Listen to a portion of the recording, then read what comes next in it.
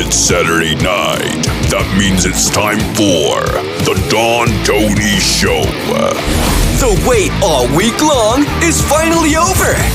Get Don Tony's perspective on current affairs in the world of pro wrestling and much more. The Don Tony Show. And now your host, the man, the legend, Don Tony.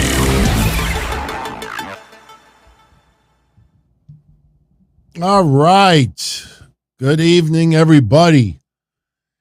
I better know the date today, because in about, 4 hours? March 26th, 2022, the Don Tony Show is back once again. I want to thank you all for joining me this evening. Crazy weekend. You know, a lot of reminiscing. I mean, for those that don't know, and look, I've always said it, I don't celebrate my birthdays all that much. You know, my family and my fiance make it more of a big deal, and all of you as well, than I do. For me, it's just another reminder that I'm getting old, but it's also the reminder that it is the 21st anniversary that WCW is gone. And of course, all things come to an end at some point, but I could tell you, being a wrestling fan since 1979, going through the Monday Night Wars, and something that is always forgotten or never brought up all that much in the same sentence as WCW going off the air, and that is the fact that my favorite promotion of all time, ECW, went off the air 2 months before. So in a matter of 60 days or so, not only did I lose the enjoyment of watching Nitro and the channel surfing and, you know, the wars going back and forth, but I also lost ECW. 2001 kind of sucked. But you know what? It kind of escalated me into becoming a viable, legitimate threat in the hotline era at that time. I know I bring it up every year, but I think I deserve it. And the cool thing about it is there's so many people that are still around, that are still alive, that will remind me and remind others every year. DT, I remember it clear as day. It was a few days before March 26, 2001, the Monday Nitro, a few days before I was a guest on a wrestling hotline, Captain Ivan.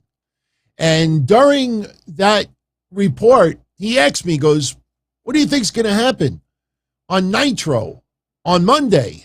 And I said, to be honest with you, I said, with the feud going on with Shane McMahon and Vince McMahon, and if anybody has ever heard my old reports since 2001, what I've said has never changed. It's never been tweaked. It's never been altered. When you don't lie, you know, you remember everything.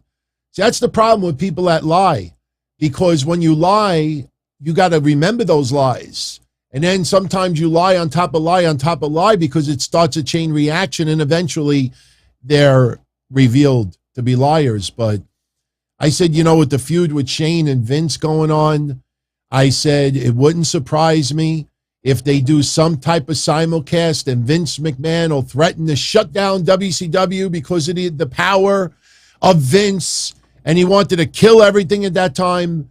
And then Shane McMahon is revealed to be the owner of WCW, and then Shane and WCW feud with Vince and WWF. However, I will admit, I never in a million years ever thought they would have Stephanie be the owner of ECW. Did not see that coming. I still remember her with that leather beret that had ECW. Oh, God, I wanted to rip that off her head. I couldn't stand her. But when that night came, March 26, 2001, and I remember it vividly because of history, because of what happened on Captain Ivan's hotline, but I TiVo'd it. I still have my hard drive from the TiVo, because eventually that hard drive failed. And I removed it from my old TiVo and I put in a new hard drive at the time, but I never threw that hard drive away. And apparently you could send it out to get repaired. And, back then, ESPN Classic was a really popular cable channel. And I recorded loads of classic wrestling from ESPN Classic, This Week in Baseball. So I had tons of awesome stuff on that TiVo hard drive. But I recorded it that night, and when it went down, it was surreal. My own hotline got crazy-ass messages. You must have sold yourself to the devil. How the hell did you get that so spot on? And the rest is history. So one day I'll repair the hard drive, but it's sitting in a box. And if I remember, what was that brand of hard drive? Seagate? I think that's what it was. It was one of those old Seagate hard drives. That's what TiVos used to use. Those silver, bricks. Seagate.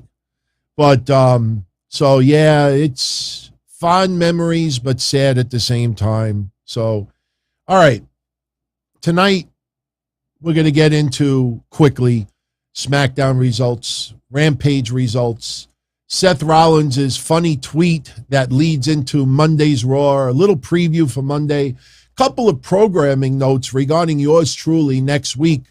It being WrestleMania week. Obviously, we have a couple of special episodes coming up. We have the podcast Forbidden Door 2 coming up on April 7th. I will give you details on that. But obviously, we have to get into a major story. And right before we went live, I saw a really generous super chat that came in. And yes, I will be answering questions and super chats all throughout the night tonight. Of course, super chats get, priority. But I saw one come in right before we went live. And it really made me think. And then something hit me that really pissed me off more than anything. For those that have been living under a rock the last 24 hours or so, Triple H was a guest on the Stephen A. Smith podcast show, whatever you call it. Now, I do have some highlights from that interview. I have the audio.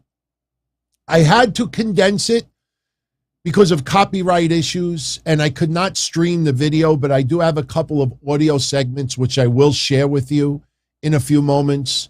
But during that interview, Triple H announced that he is officially retired from in-ring competition.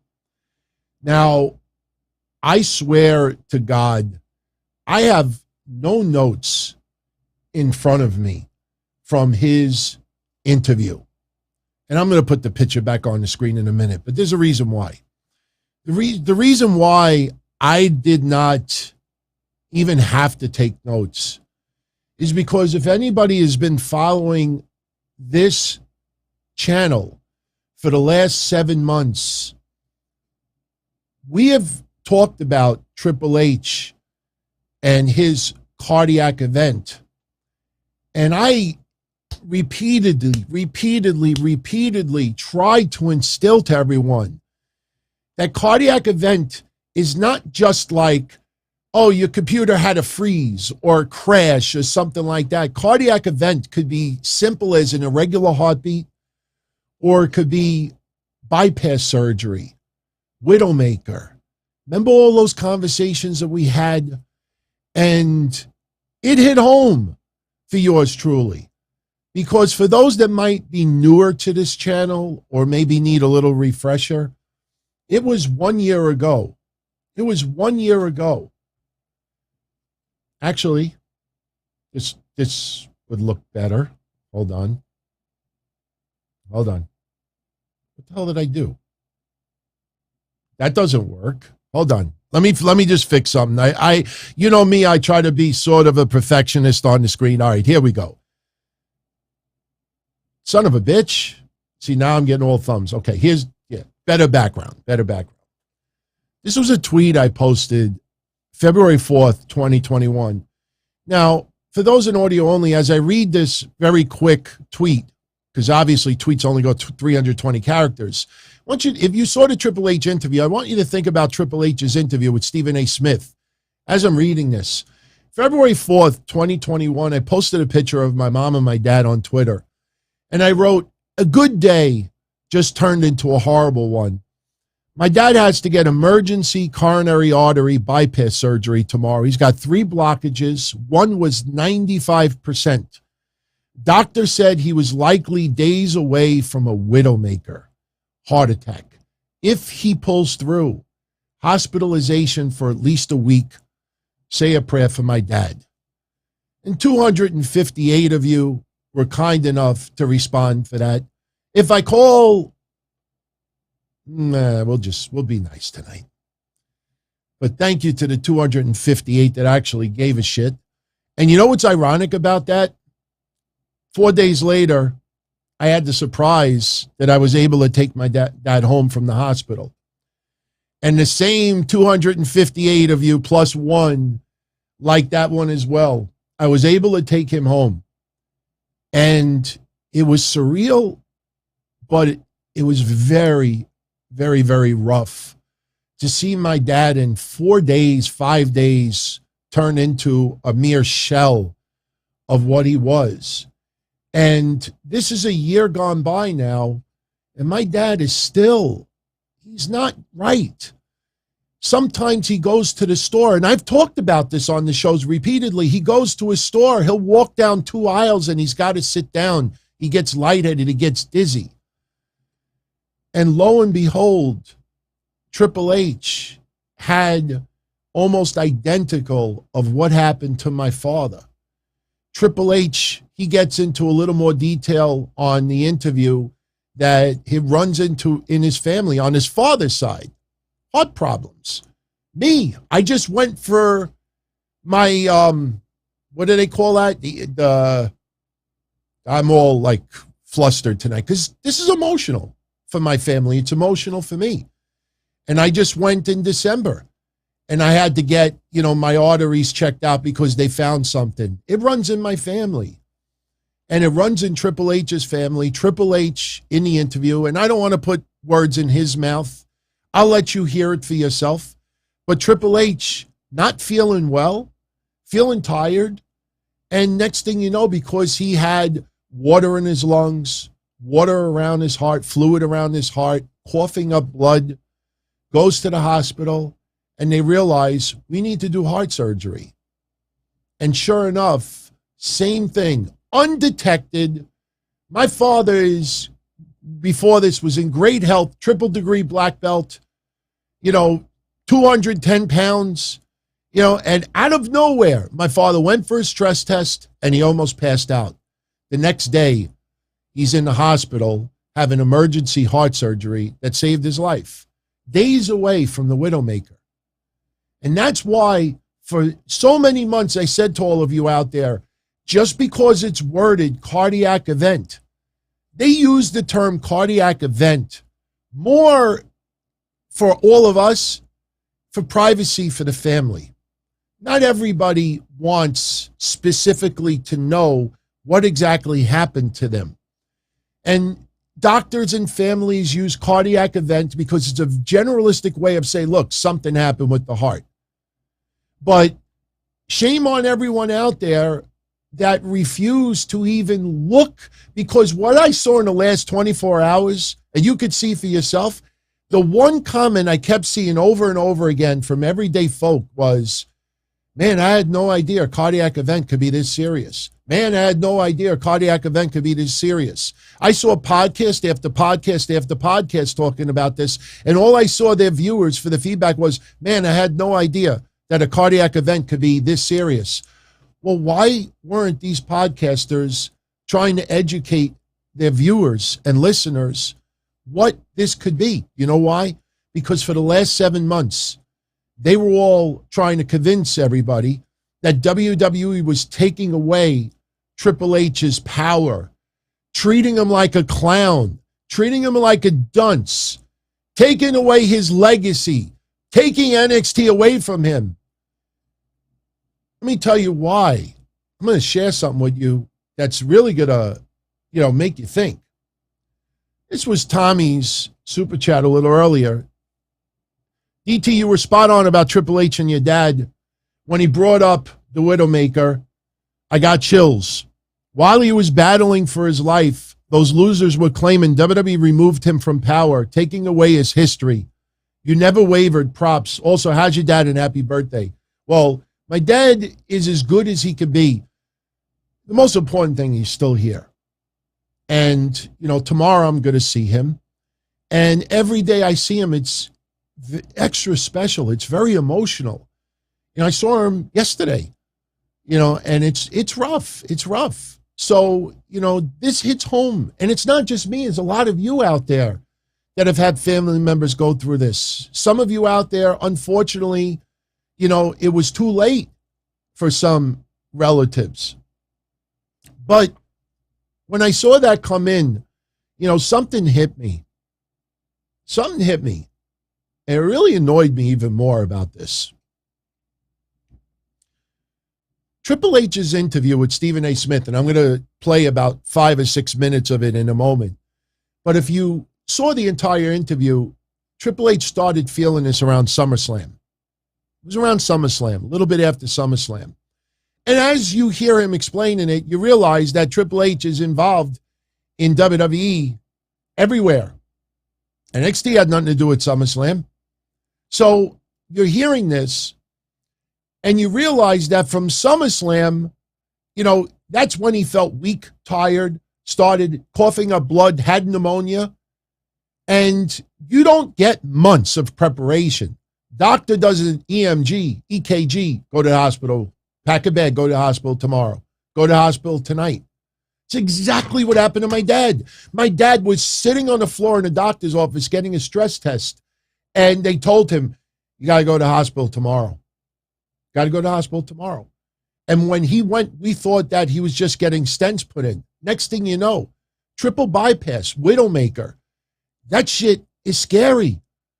But what shook me right before we went live, Keith Lee. Keith Lee. You know why?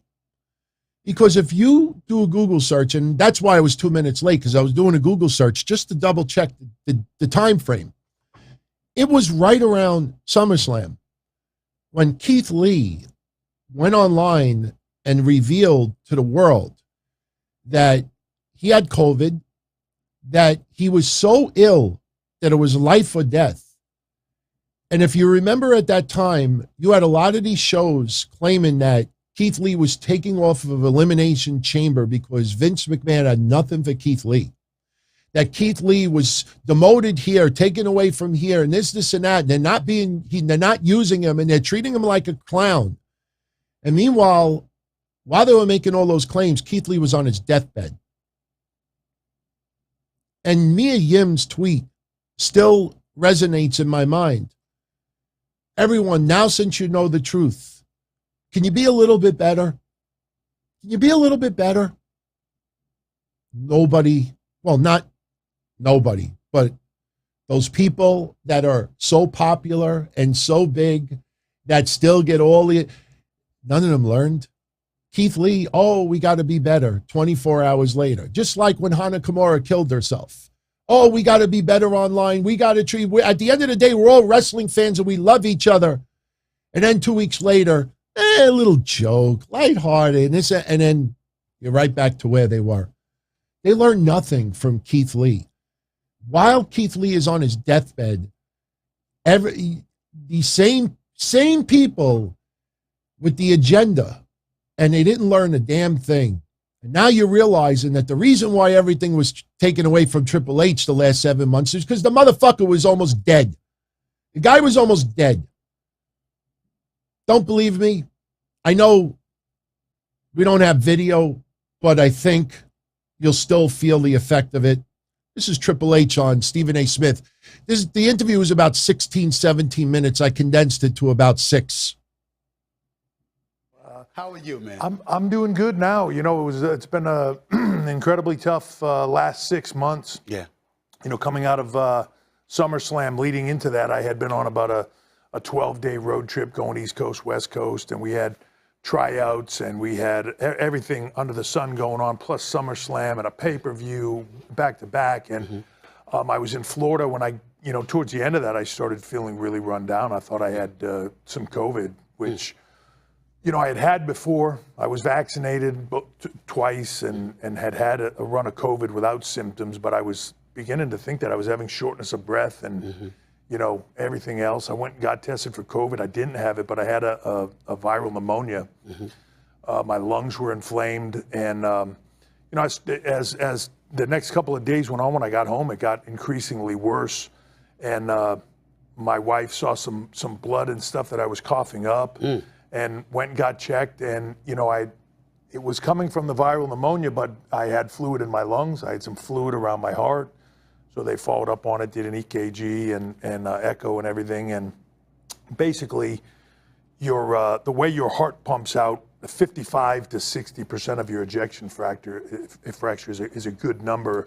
I was at 30, and I got a quick text message saying, "Don't take time, pack a bag real quick, head to the emergency room. I'll fill you in on the way." So by the time I got to the emergency room, my ejection fracture had gone down to 22, which, you know, I was in heart failure. Wow. Bad. By the next morning, as they figured that out that evening, by the next morning, as they were sending me in to get an MRI done and about to go in for a heart cath, my ejection fracture was down to 12. So I was, I was nosediving and sort of at the 1 yard line of, you know, where you need to be and or where you don't want to be, really, for your family and your future. When they got inside, I basically genetically had a 99% blockage in my left anterior descending artery, which is what they call the widowmaker. My heart had started to create a secondary pathway, but that was clogged as well. So I was basically, you know, moments away. If I'd have thrown a clot or of any type or had any kind of thickening, I was gone. You know, and that's the kind of thing that's sudden and instantaneous, and you don't know. You know, through WWE's wellness program, we had some of the best cardiologists in the world. I never had high blood pressure. I was checked all the time. Never had high blood pressure. Never had high cholesterol. You know, I never had an issue. Had a little bit of an athletic heart, which most athletes do, right? A little bit of enlargement, but nothing serious. Nothing. Never once had been talked about medication or anything else. It just came out of nowhere. Your lovely wife is standing right over there. You know, everybody knows how much you love that lady. It was not to love about her, for crying out loud. But, you know, to know that you're going through this and essentially your life is on the line. I imagine that she was right by your side the whole time. What was this like for her, and what was this like for you watching her go through this with you? She was a rock, always is for me, but never wavered in it. You know, and we have three young girls, 15, 13, 11. You know, suddenly I come home, I'm a little bit sick, and their dad, who's, you know, strong always, suddenly is in the hospital. And I don't know if they understood the consequences of it, but, you know, there's moments in there where you, when they're putting you out for stuff and you think, is this it? You know, do you wake up for this? That's tough to swallow, you know, and makes you think differently, I'm sure, as you've come out of your COVID scare. Makes you think differently about life. Doesn't make you any less driven for the things that you do, but it certainly makes you appreciate the things that you have more, your friends, your family. Oh, sorry about that. I want to play one last clip from this. Just give me a second. Because now he talks about his future in wrestling. Then I'm going to explain to everyone out there why Triple H has zero chance of ever going back in the ring. How are you, man? I'm doing good. You think differently, I'm sure, as you've come out of your COVID scare. Makes you think differently about life. Doesn't make you any less driven for the things that you do, but it certainly makes you appreciate the things that you have more, your friends, your family. So where is Triple H as we speak? I mean, I'm imagining you've reflected on the workload you had on your shoulders. Yeah. People are looking at you, and as great of an executive as you are, you're also a great champion. What does the future hold for Triple H right now? That's what people want to know. Yeah. What do you say to them when asked that question? Well, for me, as far as in-ring, which I get a lot, I'm done. You'll never fight. I won't. No, I would never wrestle again. First of all, I have a defibrillator in my chest, which probably not a good idea for me to get zapped on live TV. How about that? Yeah. I think I was already in a place in my career as far as in-ring goes where it was kind of I was comfortable with being done and being finished. If the right thing came along, I hadn't really said much, but if the right thing came along and they wanted me to do it, I had a conversation with Vince McMahon about doing something at WrestleMania this year in Dallas, which we had talked about and there were plans for. Obviously, when this happened, it shut all that down. As far as the schedule, WWE is an intense place. It's 24/7, much like yourself, right? You're just running. Right. I think it's just put things in perspective for me. Totally get that. What are you going to be doing in the wrestling world as an executive now? Because we know you're not. I can't imagine you're letting that go. No, my foot's not off the gas. I suppose in some manner I've got to step back a little bit. I'm still in recovery, and my endurance is not exactly quite what it used to be before. But right now I'm back. I'm at the office. I am fully focused on recruiting and development of our talent in the future. And whether that's building more performance centers, whether that's finding the next young stud that's out there, male or female, like Gable Steveson, who recently two-time NCAA champion, gold medalist at the Olympics, right? His next step is as you saw him leaving his shoes on the mat the other day. His next step is with WWE and with us. It's finding that. It's creating that future, and that's the biggest focus for me. And as we move forward from there, it's making sure that WWE is a success for generations to come. Who just wrote that about AEW? Yeah, Anderson Blitz. All those places saying that Triple H is going to be all elite, that he's going to AEW. They don't have a fucking clue, man. This guy, first of all, let's talk about the in-ring career, because I even saw wrestling websites today, just careless. A simple Google search would give you your answers. But, we were talking about it yesterday during the Smackdown watch party when they mentioned Triple H also. Triple H's in-ring career is over. Now, one thing I'm not going to do tonight is we're not going to sit here and reminisce on Triple H's career. We do that when he goes in the Hall of Fame. We do that on a different night. We do that, he's still alive. That's what people need to understand. He's still alive. His career was pretty much already done already. What, an occasional match here, one match a year, one match every 2 years. You had plenty of retrospect that could have been done in the last couple of years. So, to sit here and do a whole recap of his greatest moments and everything, motherfucker is still alive. He's still going to be active. But what a lot of people need to understand is, number one, he is nowhere near 100%.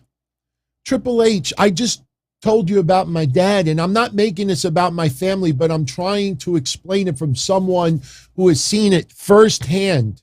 Had the almost identical situation happen to his dad, which is me.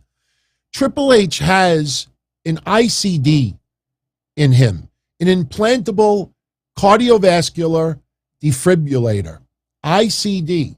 Now, for everyone out there that may not understand the difference between a pacemaker and a defibrillator, and you'll understand why Triple H's career, it's over.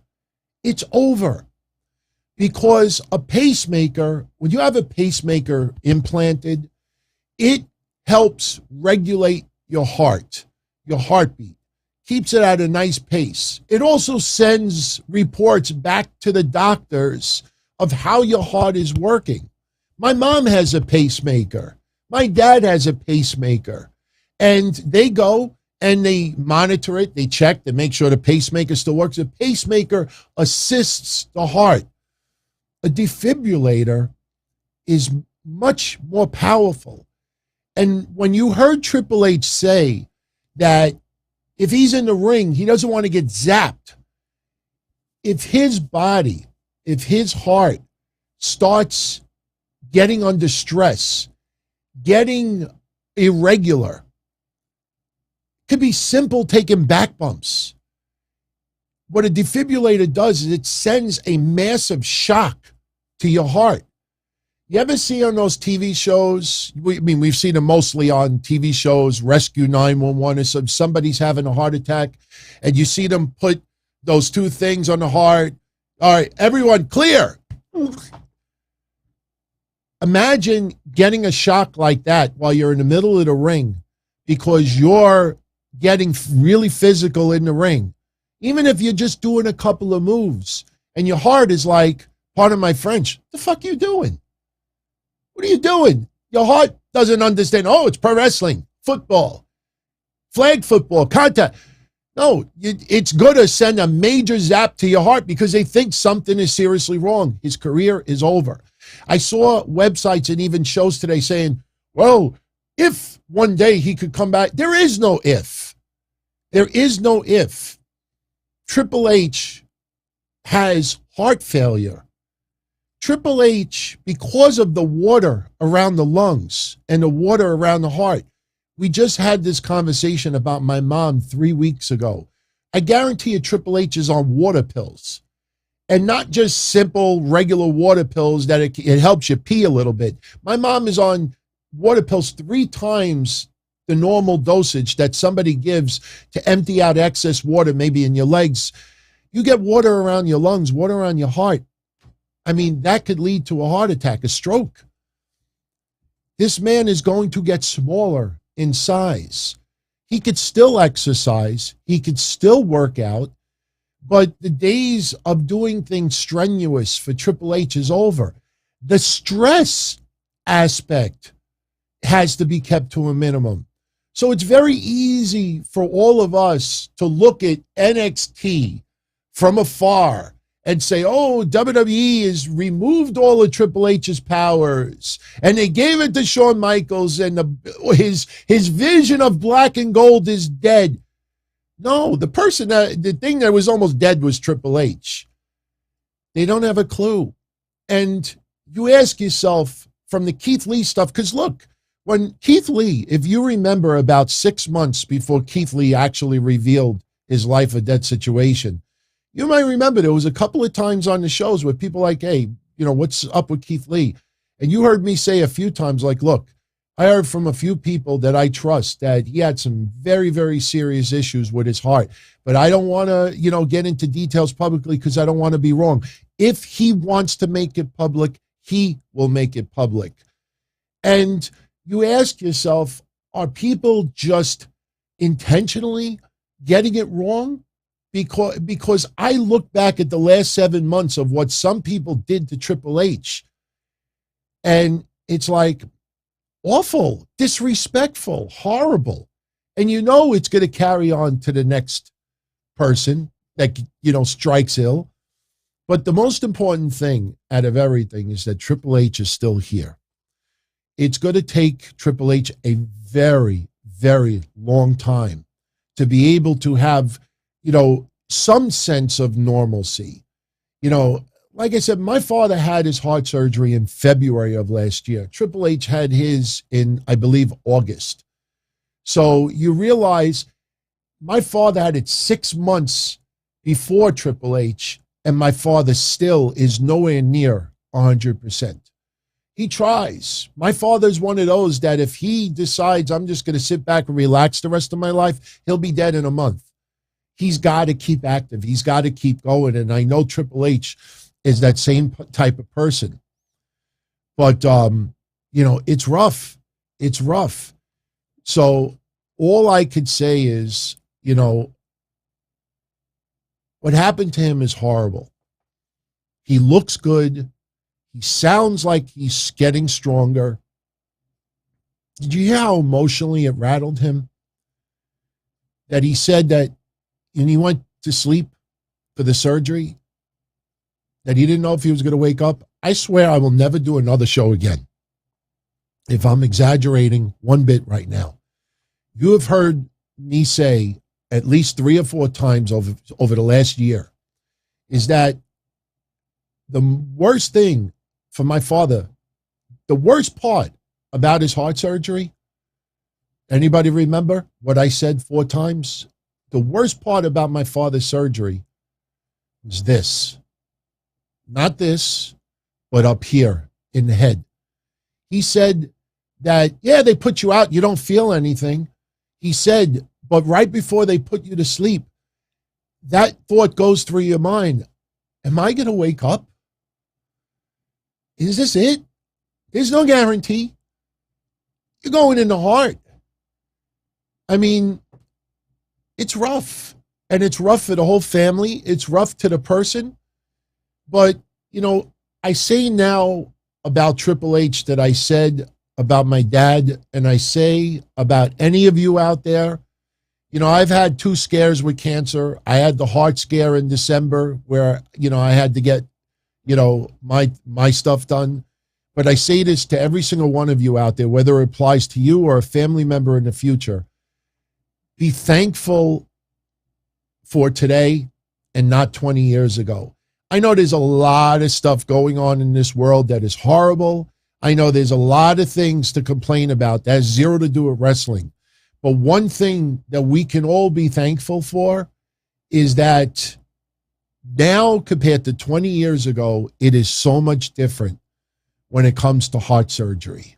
Because if this would have happened to Triple H 20 years ago, if it would happen to my father 20 years ago, more than likely they wouldn't have survived. They wouldn't have survived. One other thing I wanted to say about Triple H as well, and people need to understand this too.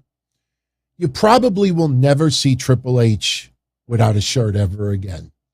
You know, I did this, you know, for my Patreon family because I thought it was, you know, we were having a serious conversation about heart surgery with my dad. And I was trying to explain to everyone what happened to him because it hits home for some of you out there as well. And I posted a picture of my father.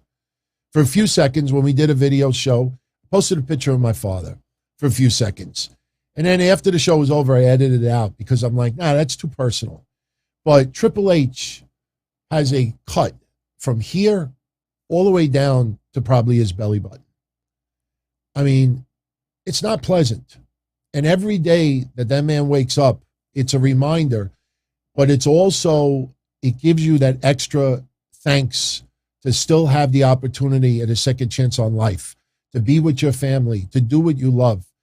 So I say this, and it's going to go on deaf ears for a lot of people, but I say this, you know, that hopefully some of those people out there that are so vicious, you know, that just throw accusations out there, you know, maybe be a little bit more respectful towards Triple H. And, you know, I don't give a fuck if you think that he did awesome with the black and gold or is this or that is this. You know, I don't even think Triple H wants to hear that, oh, WWE did you wrong. WWE caused this. WWE, blah, blah, blah, blah, blah, blah. Just fucking show some appreciation and respect for the man. If you don't like his wrestling career, if you don't like him as an executive, then don't even pay attention to him. But believe me when I tell you, you know, if one day that hits home, which I hope it doesn't ever happen to any of you out there, but if one day it hits home for you or a family member or somebody that you love, you know, and you realize that they could be taken away in a split second, you get a second chance at being able to live life. You want to try to live it that. Why do you think with me, I made so many changes with my shows over here for the last 2.5 years? You get cancer scares twice, diverticulitis surgery, and other bullshit. You know, it makes you start thinking like, man, I don't want to die a fat, grumpy bitch. I want to have fun. I want to smile. I want to laugh. If I look like a goof on these shows, if I get a little bit dumb, if I act a little childish sometimes, I don't give a shit. If I'm having fun and you're having fun, that's all I care about. And that's why I made changes that I did. Don't want to be one of those that just complain, and be bitter and be angry and this and that. Because, you know, you don't want to, one day, tomorrow's never guaranteed. So, all right, we should move on from Triple H. But best wishes go out to him. Continued prayers for his recovery. And, I hope some others can be a little nicer, going forward, Viper 29, his dad had a stroke back in October and still not 100%. Yeah. I'm not trying to use you to liven the mood, but you notice I got a haircut. Yeah, I could still put the head on. Maybe we will. Yeah, we'll put the head on. It's no joke, man. And you know what sucks about strokes and what happened to Triple H? That could happen to any one of you out there. It could happen to me. It could happen to any of our friends or loved ones. A lot of times it is undetected. It just comes out of nowhere. That's what happened with my dad. I don't need to bring it up again, but that's what happens. My prayers are with you and your dad. One thing I will tell you is, if you're close to your dad, don't waste time. Show your support for him. Be part of his rock. Be there to support him and just enjoy the time because he got a second chance. So my thoughts are with you. My thoughts are with you. My thoughts are with everyone out there, whether you write something or not. Astro Knight had a hernia surgery 2 days ago. Man, I hope you're feeling good. So I don't know if you're still on that pain medication, but I had hernia surgery about 7-8 years ago. I had a hiatal hernia. I don't know what yours was, but rest. And I think for like a week or 2 weeks, do not lift anything more than like 5 pounds. If you have garbage, if you bring like your garbage to the garbage pail, just fill up the the white plastic garbage bags, fill it halfway. Don't risk it because I know someone who felt good and tried to, and he fucked himself up. He had to go for a second surgery. So much love, Astro. And Puffy89, happy birthday, DT. He knows I don't celebrate, but I'm sure no one would mind if I take tomorrow off. Well, here's the deal with tomorrow, and we'll move on after this. Tomorrow, the show is still scheduled. I plan on doing the show here. Doesn't start till 8 o'clock at night. I have to work the next day. My fiance has to work the next day. I'm probably going to spend the morning and the afternoon tomorrow with my family. Maybe we'll go out for a lunch or something. So as of right now, tomorrow night is still on. So we'll have the sit down with the birthday boy, DT. But it's not my birthday yet. But thank you. Thank you. I appreciate it. I really do. All right. So I hope I helped a little bit with the Triple H conversation, especially about the defibrillator. That's something, it doesn't get better. It's not like a torn pectoral muscle that he goes to the doctors, 2 years from now. Wow, your blood pressure is great. You're this. No, you have this and it's hereditary. You have a defibrillator. It doesn't get better. You maintain what you have. The man's in-ring career is over. That's it. And anyone that still teases that, either they're just naive and ignorant or they are intentionally doing that just to bring attention on themselves. But just understand, his in-ring career is over. You want to do a little research on defibrillators. In fact, I had a picture. I don't know if I put it in this computer, but I wanted to show you what the defibrillator looked like. Do I have it here? I may not have it here. I don't. I'll show it to you tomorrow or Monday. But the funny thing is, if you ever saw my spinal stimulator, it almost looks like the same thing. The battery pack looks almost identical. But, I wish him well. I wish him well. Okay. Let's talk about something that is beautiful. I know it put a lot of smiles on people's faces the last 24 hours. And that is the announcement that SHAD GASPARD will be getting the Warrior Award. And beautiful, interesting Hall of Fame, because right now we are paying tribute to Undertaker, Vader, Shad Gaspard, and Sharmell, which I expect more names to be added this week, last minute. It might come off as a little bit, too abrupt, but, still, this was the right way to go. Definitely expect JTG to appear. And trust me, MVP and everyone else that had the privilege of being friends with this man, this is a beautiful thing. And I was very happy to see this. Now, a question that a lot of you keep asking me, and I'm going to answer it here now about this, that, whether you agree with my answer or not, that's fine. But a lot of you ask me, DT, should they change the name of the award from the Warrior Award to the Shad Gaspard Award? And my answer is no. My answer is no. Shad Gaspard saving his son's life is beyond heroic. It's beautiful and it's tragic at the same time. But because of WWE and because of it being a global entertainment conglomerate, and I say this with no disrespect intended, but Shad Gaspard is a beautiful name for us wrestling fans, but it's not a commercial worldwide name. Warrior, even if the Ultimate Warrior never existed in WWE, if he was never on this earth, the definition of a warrior is heroic in itself.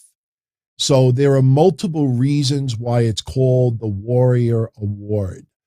And for Shad, change that to Shad Gaspard, it would fit for us as wrestling fans, but in a commercial standpoint, it doesn't make sense. And yeah, I know. You look at Gaspard, you look at Warrior, and Gaspard probably, if anybody of the two should have an award named after him, it would be him. Well, guess what? There's the Pro Wrestling Hall of Fame. There's other Hall of Fames out there. There's no reason why they can't call one of their awards the Shad Gaspard.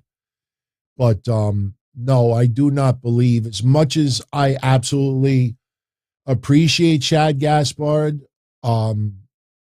just a wonderful, like I say, beautiful and tragic. But no, I don't believe the award should be changed to his name. So I just wanted to mention that. Okay. We're going to talk a little bit about SmackDown, talk a little bit about Rampage, Raw on Monday. Couple of quick things also. A lot of you were asking me, what is my schedule next week, with it being WrestleMania week as far as the shows go? Well, I thought about it, and this is what I have come up with. So this Monday will be your normal Breakfast Soup Raw episode. Myself and Mish will discuss the go-home Raw before WrestleMania, any news that transpires last minute from this weekend. Tuesday will be your normal Patreon show. Yes, also Tuesday, we will be doing the watch party for anybody that's interested. Wednesday, we'll have Wednesday Night Dynamite. I think it'll be a little bit more abbreviated. I will have predictions for NXT Stand and Deliver on Wednesday as well. Now, Thursday is going to be the special episode. Thursday, for the last couple of months, it's been a Q&A for our YouTube channel members, but this Thursday, it will be live WrestleMania predictions, night 1 and night 2. So it'll start at 9:05 p.m. This is open to everyone tuning in. If you want to join me live for WrestleMania predictions, 9 o'clock Thursday night. Saturday afternoon, I will be doing an NXT Stand and Deliver recap. Should be pretty quick because I heard Stand and Deliver is only going to be about 2.5 hours. They don't want it to go late because of WrestleMania night 1 taking place later that night. So Saturday afternoon right after Stand and Deliver. I will be here live for a recap. I will also be live Saturday night, right after night one of WrestleMania with a recap. Sunday, after night two, we'll do another recap. And then next Monday, the following Monday, will be the Raw after WrestleMania. And that's going to be big. Beer is going to appear. Also, I mentioned this late tonight. Thursday, Friday, no, the watch party Friday next week, Rampage and Smackdown is still on. We still have watch parties, normal schedule. So, also mark it on your calendar, Thursday, April 7th. This will be the Thursday after WrestleMania. The Forbidden Door, podcast Forbidden Door, has been opened once again. And on Thursday, April 7th, probably at 9 o'clock as well, I will be live right here with Joe Cronin. So I will be posting a thread on YouTube probably about a week before.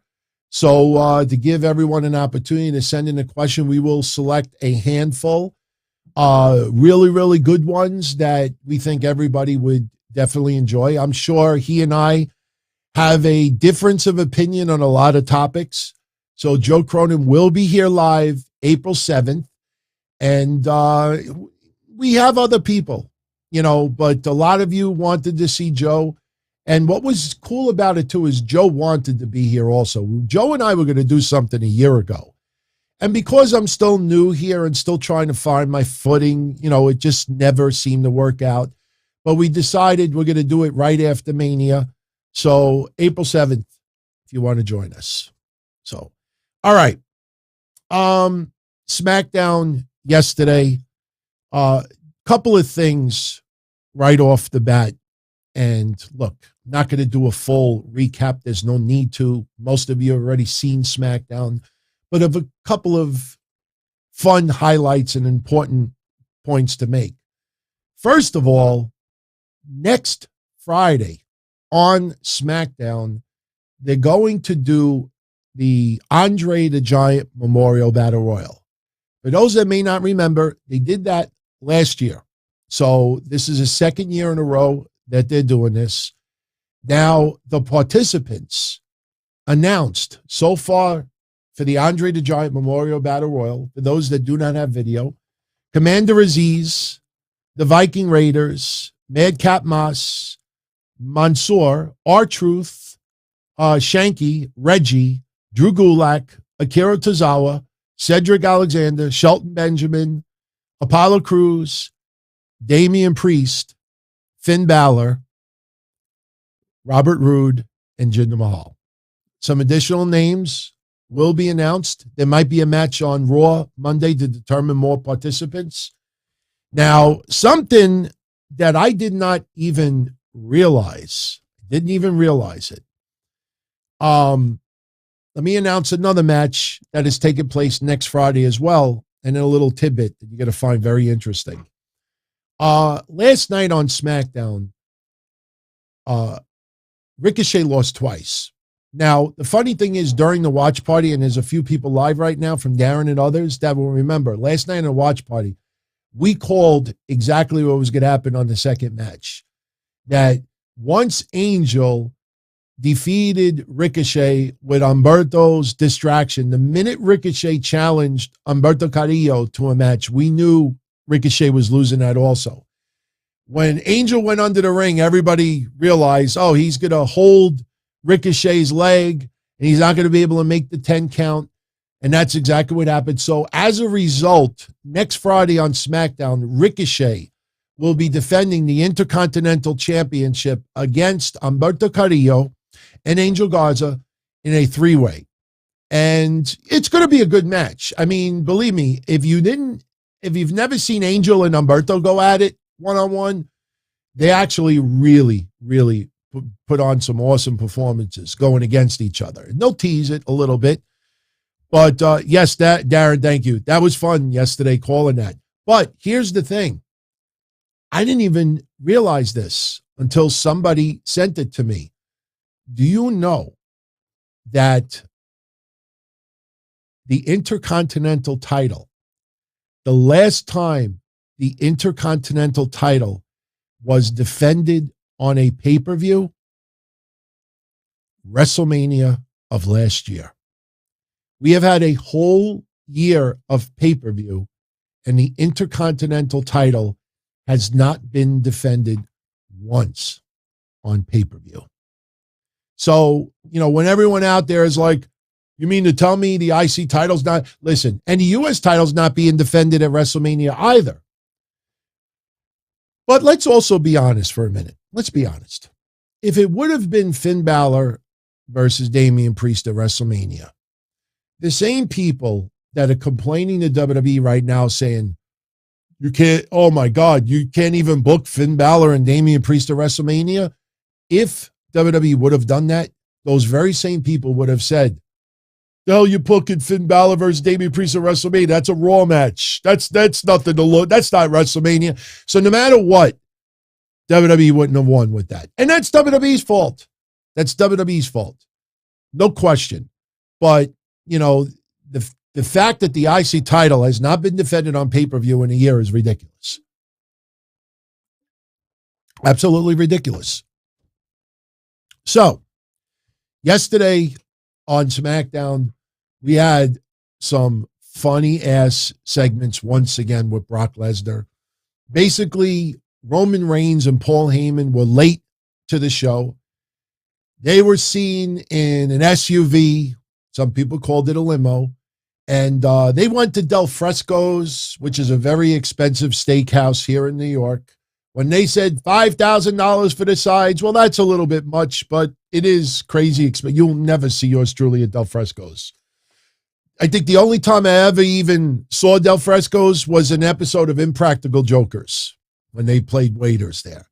But Brock Lesnar infiltrates Roman Reigns' dressing room. And, the days of beautiful fruit platters and cheese platters, those days are gone.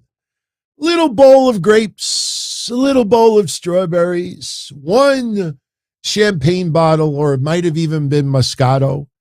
And Brock Lesnar, he's eating the berries. He gets pissed off. He's just throwing shit around. He takes a slug of the champagne. Hell is a shit. He spits it out all over the place, throws the bottle against the wall. We had Caleb Braxton try to interview a little bit, for a little bit, because Brock Lesnar threatened to make Roman Reigns threatened Brock Lesnar when he was in the SUV. When I get there, if you're still in my locker room, I'm going to make you bleed again. So Caleb Braxton's like, you nervous? You afraid? You think you should leave his locker room? And Brock's like, nope. Give me something else to break. Because he ran out of things to break. I think he broke the lamp. So later on in the night, Roman shows up. Paul Heyman shows up. Paul Heyman very, very nervous. They come out. Crowd is chanting loud, Suplex City. And Brock is in the back. Roman Reigns disrespecting the fans. And we see Brock with an axe. And he starts messing up the SUV with the axe. And Roman Reigns, I got 4 of them. So Brock continues destroying the vehicle. And then Brock ends up coming out through the crowd. And Roman Reigns pretty much gets out of Dodge. Usos show up. They get out of Dodge as well. And Brock is just nailing security people with chair shots. And, look, Brock and Roman is the hottest feud going on. And that match does seem important. We've already discussed why it truly is one of the biggest matches in WWE history at WrestleMania. I'm very curious to see what they do afterwards with the fact that it's unified. I don't think that'll last more than 6 months at the most. I don't even think it may not even last 3 months. But, they have done a great job. Brock Lesnar alone. I mean, we're kind of complacent now with Roman Reigns as a heel, because for the first year and a half, everybody, Roman Reigns, MVP of the COVID era, MVP, Roman Reigns totally transformed himself, awesome as the tribal chief, Roman Reigns, top heel, every legends praising him. I think now it's getting a little complacent. It's dragging on a little bit. But then before you can even think about that, you get Brock Lesnar totally transforming his personality. People, including yours truly, actually think that he's having a good time. That it's not just about showing up to work, getting a paycheck, and going back home. He kind of likes destroying things. Kind of likes laughing, giving high fives to fans, especially kids. Brock Lesnar looks like he's having fun. And you think about Brock Lesnar over the last 10 years, especially those years that he had the stranglehold on that championship and was rarely ever on TV. When Paul Heyman in interviews tried to play it off that Brock is like Andre the Giant, should be just a special occasion once in a while. Did you ever think that we'd get this Brock Lesnar right now? We take it for granted sometimes. We take it for granted. So last night, Shinsuke Nakamura over Jimmy Uso, building on that tag team match at WrestleMania. We get the return of Xavier Woods. We think Ridge Holland is going to have a match with Kofi. Kofi surprises everyone that, no, it's not going to be me. He brings out Xavier Woods and a very, very fast match. We even thought yesterday, wonder if they ended it abruptly because of, maybe Xavier tweaked something and it just felt a pin out of nowhere. Ridge Holland getting distracted, fruit roll up. I mean, you went to the bathroom before you even washed your hands, the match was over. So Xavier Woods with the win. We had, as we said, Angel beating Humberto, and then Angel beating Ricochet, and then Humberto Carrillo beating Ricochet to set up the three-way next Sunday. We had confrontation with Ronda Rousey and Charlotte, and honestly, again, everyone, I'm trying so hard to look past it, but Ronda Rousey, just so matter of fact. I know she gives a shit, but she's lost that fire.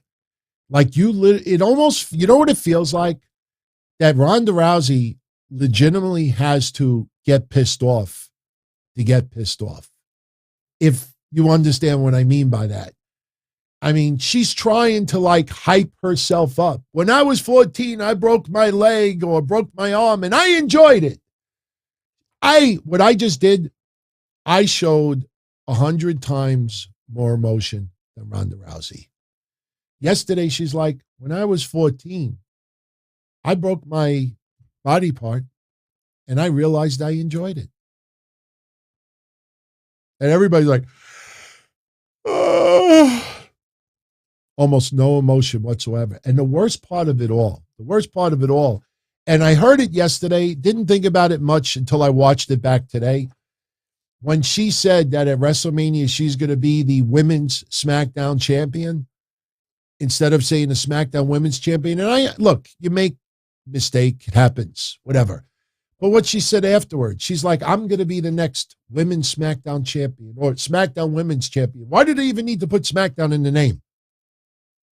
It's ad-libbing is what's worse than Ronda Rousey trying to be scripted anger, ad-libbing as well. And Charlotte trying to play off of it. If you notice, they're not allowing Charlotte to make fun of what I call Xanax Ronda. If anybody out there has ever had Xanax, that just relaxed, no care in the world, no anxiety whatsoever. That it's like Xanax Ronda. They won't crack jokes about that. Charlotte dodging that completely, and I don't blame her, but man, it has not been good with her promos. Not at all. I mean, I expect the match to be a banger. I really do. I think their match is going to be really, really physical, and Charlotte's going to take a beating. But the verbal confrontations have not been good. Not at all. Sami Zayn with Megan Morant, and Sami talking about, his upcoming match and talking about how, all the Jackass guys will be able to do, they could set things up, and Johnny Knoxville's used to doing that with that. But me, he's going to experience punishment like he's never seen. I don't know why, but I am so looking forward to seeing what they have up their sleeve with this match. I expect cameos from some Jackass guys, absolutely. I think some of those Jackass guys are going to be necessary in order to take some bumps. I expect Sami Zayn to injure some of those Jackass guys because they'll be willing to take it. They'll love it. I'll do it for free. Fuck that. Fuck yeah. So I'm telling you, I know some of you out there are cringing with the idea. I was never a Jackass fan. I was never a Johnny Knoxville fan. For the last 3 or 4 months, you sold me on Johnny Knoxville. It's going to be good. And again, you don't need a 5-star match. This is fun. It's not normal pro wrestling. I don't want to see this every couple of months. This feels different, though. Maybe because we realize how hard Sami Zayn has been working it. I mean, the phone stuff in itself was beautiful. And yeah, all you need is a burner phone. You could buy a burner phone, put the number on the air tomorrow. You see people that do that once in a while on Twitter. Look, if you really need somebody to talk to or text, here's my number. They went out and bought a $20 burner phone. Oh my God, how thoughtful.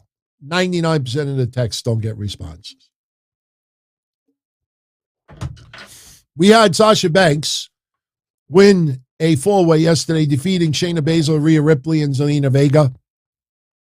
Natalya, Carmella, Liv Morgan, and Naomi were all removed from ringside. I wouldn't be surprised if those 4 end up having a match next Friday on SmackDown. Could almost bank on that. And that was pretty much your episode of SmackDown. So a fun show. We also had a segment with Pat McAfee. And it was funny because Michael Cole started talking about Pat McAfee versus Austin Theory. Austin Theory shows up at ringside, the announcer's table, gets in Pat McAfee's face, runs away. Pat McAfee chases him to the back, and Austin Theory runs into Mr. McMahon's dressing room, closes the door, and Pat McAfee doesn't have the balls to open the door. He has respect for Mr. McMahon. But that's another match. And I think it's safe to say that Pat McAfee is definitely getting the pin on that one.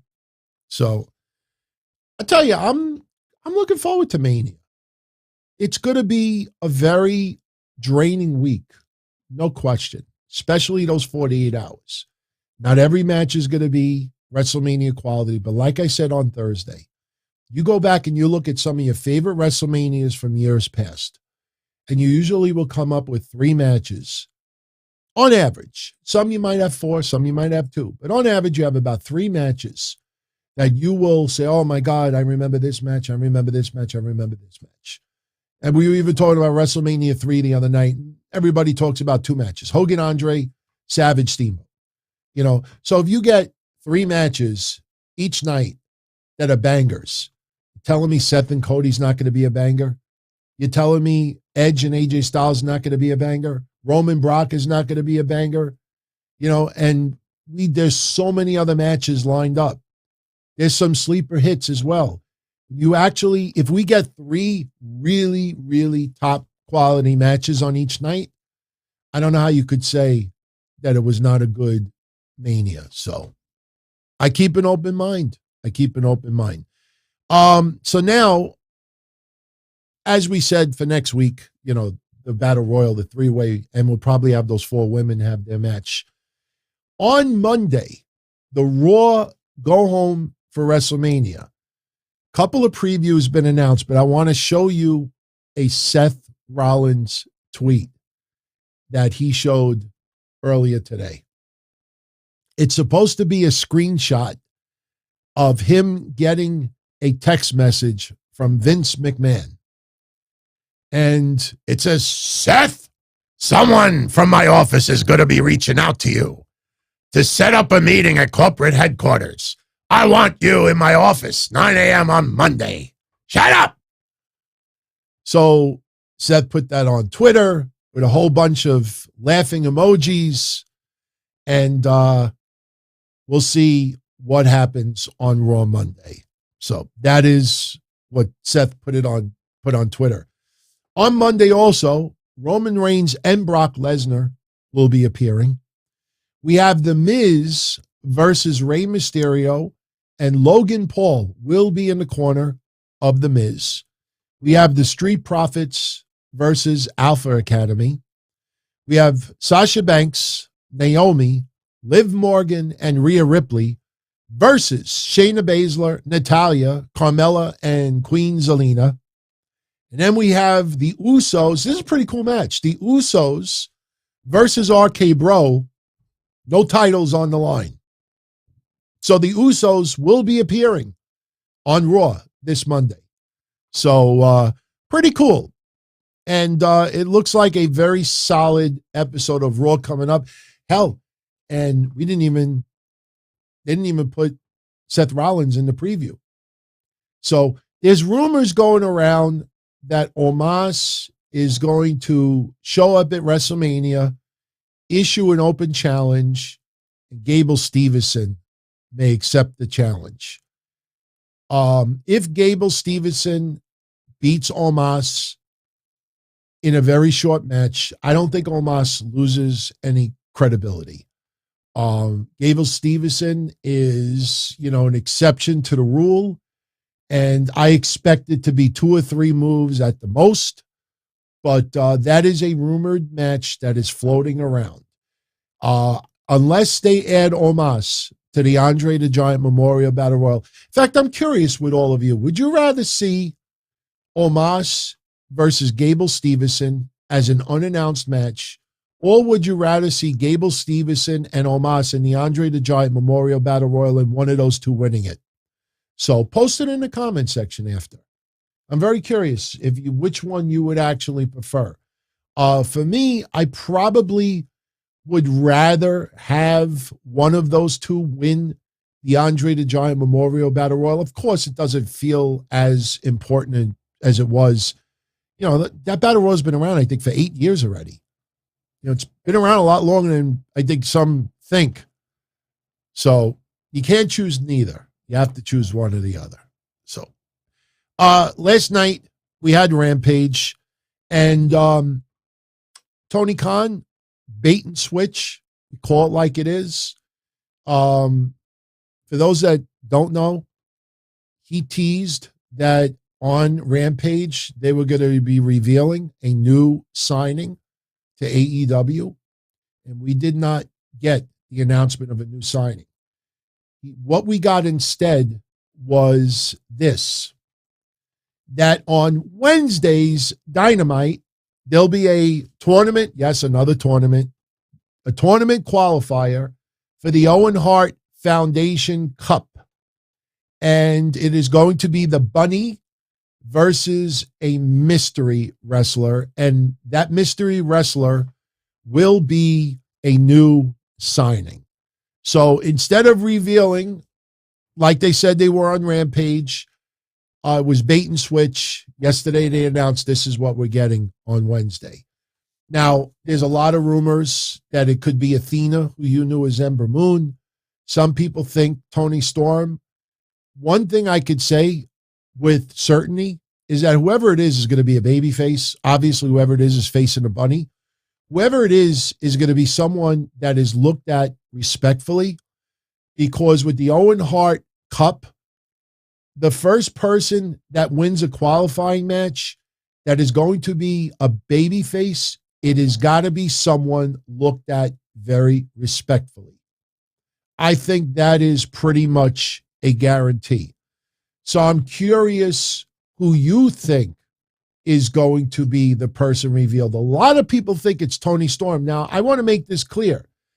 Toni Storm having an OnlyFans does not make her disrespectful.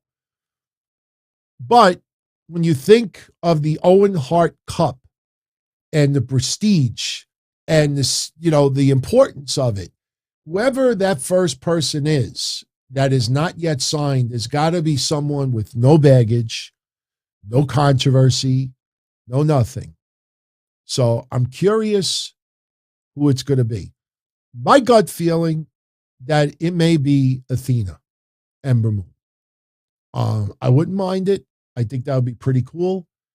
You know, the only problem I have with it is you look at Ruby Soho as a perfect example. She came in on fire, all this momentum, everybody singing a song, and now everybody sings a song, and that's pretty much it. I mean, you see how awful some people are used. There's just too many people. There's just too many people. So we will see. I do not believe it'll be Nia Jax. On Monday, you know what? Mia Yim is not a bad idea either. Mia Yim is actually a pretty good one. A few of you are bringing up Mia Yim. I like that.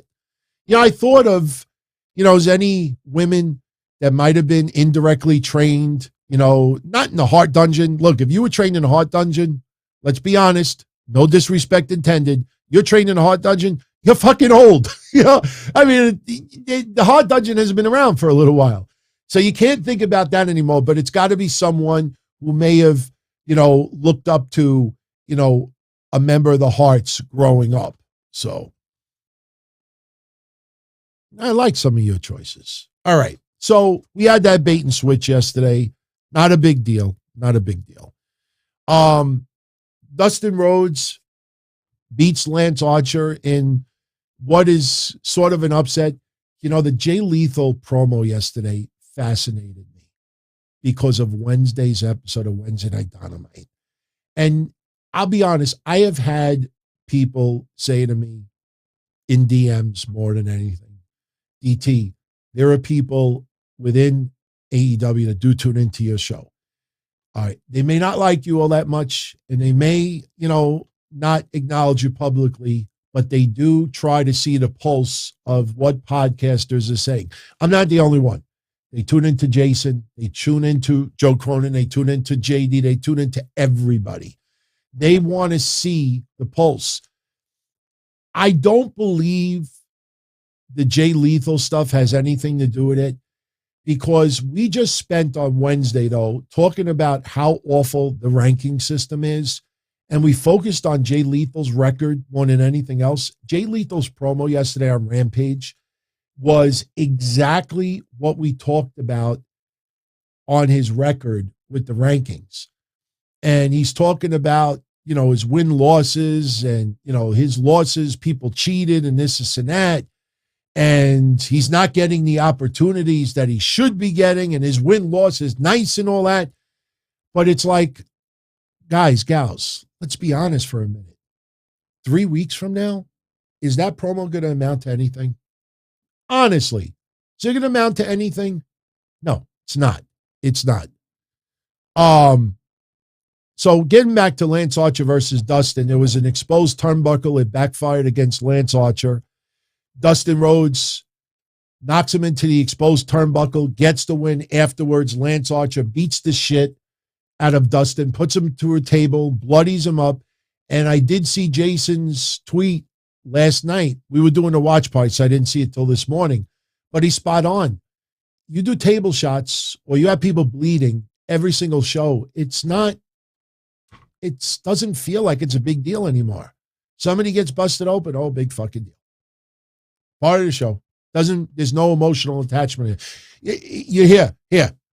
I know this is going to sound like a whacked out comparison. You watch documentaries on serial killers. I know people like it. This guy nuts. You look at documentaries on serial killers. What do you always seem to learn about them? The pattern that they experience the death of someone in person. It might be an animal, and they get numb to it. That, the fantasy or whatever, you see somebody dies or you see someone violently hurt, you see it enough, you get numb to it. And you see even, and yes, I'm doing an extreme analogy. My point is that if you see something terrible, whether it's wrestling or even worse, you see it enough, you get numb to it. It's not a big deal anymore. You watch horror movies in a movie theater and you go to enough of them, unless, you're sitting there and it's quiet. And then I'm not going to scream because I don't want to wake anybody up upstairs, but you're watching and it's quiet and the movie's quiet. All of a sudden you hear, everybody will jump out of their seat. But if you see enough gore, you get numb to it. Same thing with some of this stuff. Yeah, some good examples of some killers. I mean, yeah, I've watched a lot of documentaries, binge watching during the COVID era. And that's one thing that I notice over and over again. If you see something that you get numb to it, and it doesn't seem like a big deal anymore. Fuego del Sol, and we vented on this yesterday too. Fuego del Sol calls out the House of Black. And Dark Order sort of come to the aid of Fuego. This is not about elevating the Dark Order. They were fucking number one contenders. You see the pattern with the ranking system now? Everybody gets the number one contendership, and then they lose. Happened to the Acclaimed. Happened to Private Party. Happened to John Silver and Alex Reynolds this past week. Happened to Lance Archer on Friday. Happened to Jay Leto's right. You get all the way to the top, and then you lose. John Silver and Alex Reynolds, Dark Order, already ranked number one. I mean, you have the Dark Order come out to the aid of Fuego. What does that tell you? House of Black are not even in the top 5 tag teams. You remember when they came in and it felt like Brody King and Malachi Black were destined to be your next tag team champions. And then they put Buddy Matthews, which I have nothing against Buddy Matthews. They put him in there. And it's like, okay, there's the excuse for them not to be in the tag team hunt for gold. That's why the Trios title is coming out in 2022. The Trios belt will be out in 2022. They are not going to go a full year with factions of Trios and not have a championship. Because now you have dropped this down to the House of Black feuding with members of the Dark Order. There's a reason why a lot of them were never in other major promotions. Not saying that they're not good, and I'm not saying that they're not well-liked amongst the AEW regulars. But as I said the other day, every indie promotion should have homegrown guys that may not be destined for WWE or New Japan or, TNA at the time, or WCW or big promotion, but in their local town, they're larger than life. Everybody loves them. You should have that. Why do you think indie promotions will bring a major name to their area? You don't have somebody come to the area and face someone else come to the area. You bring Lance Archer and you bring Brian Cage to Jose's Steak and Wrestling in blah, blah, blah, Texas. That's in some town that only has 5,000 residents. You're not going to have Lance Archer take on Brian Cage. You're going to have Lance Archer face their local to elevate their local. You ever look at indie cards, you'll see stars come in and they usually will fight somebody from the local town to bring them up. Doesn't give them one shot closer of making it to the big time, but that's what they do. And this doesn't feel like a step up for the Dark Order. It feels like a step down for the House of Black. Red Dragon, Bobby Fish and Kyle O'Reilly beating Ten and Allen Angels. And here is storyline stupidity. Once again, you have Preston Vance, 10, the mask. They turn it sideways. He can't see. So he gets knocked on his ass. Red Dragon hits the finisher on Allen Angels. They get the win. I got to ask you all this. Seriously. This is now 3 or 4 matches where we've seen Preston Vance lose, where a wrestler twists his mask. I got to ask you all an honest, serious question. And AEW, if you do tune into these shows, believe me, what I'm about to say, probably about 80% of everybody watching your product is thinking this also. It's just a lot of people don't have the balls to say it because they don't want to offend, or they don't have the mob go after them. When somebody pulls Preston Vance's mask sideways, Why doesn't he just turn it back? Pretend this is a mask, and hopefully I don't expose my tummy. But here, I'm Preston Vance. This is my mask. Why would Preston Vance go? Why doesn't Preston Vance look? This is the mask. Why didn't Preston Vance why does he just pull the mask back? Are you fucking kidding me? Is this romper room wrestling? I was thinking about that yesterday. He pulled the mask again. And I'm like, hey, schmuck. 10 years ago, I'd probably use the P word. That's kind of sounds like the writer John Pollock, but, rhymes with, forget it. No, seriously. They pull the mask. And instead of just going, fuck you doing? Pull it back. Oh, AEW, stop that shit. It's fucking awful. Jesus Christ. So that's what happened yesterday. Nyla Rose over Maddie Rankowski in a squash. QT Marshall presents his certificate of accomplishment to Hook, and he smashes it over, who's that schmuck's name? The one with the blue hair? That was a QT Marshall, Nightmare Factory. What's his name? Oh, I can't remember his name. Chat room, bail me out on this one. Hook smashes the plaque in his face. Aaron Solo. I remembered it. I can't believe Aaron Solo. I remembered your name. He smashes the plaque in Aaron Solo's head. As he walks down the rampway, Danhausen comes out. And apparently it has no effect on Hook. Come on, man. We joked about that too with Star Trek. Remember the spoofs of Star Trek on Saturday Night Live? I know I'm kind of revealing my age, but was it Chevy Chase or Dan Aykroyd that was doing Spock? And if you ever watched the original Star Trek, Mr. Spock, you want to fuck with someone? If they really wanted to do a really fucked up version of Star Trek, it could have been a form of date rape. Spock could be in the bar. Hey, how you doing? All right, what's your name? I'm Spock. What's you? Oh, my name is Maria. Oh, that's cool. That's cool. Hey, you think after we done over here, maybe you want to go, go to the beach and watch the sunrises and that?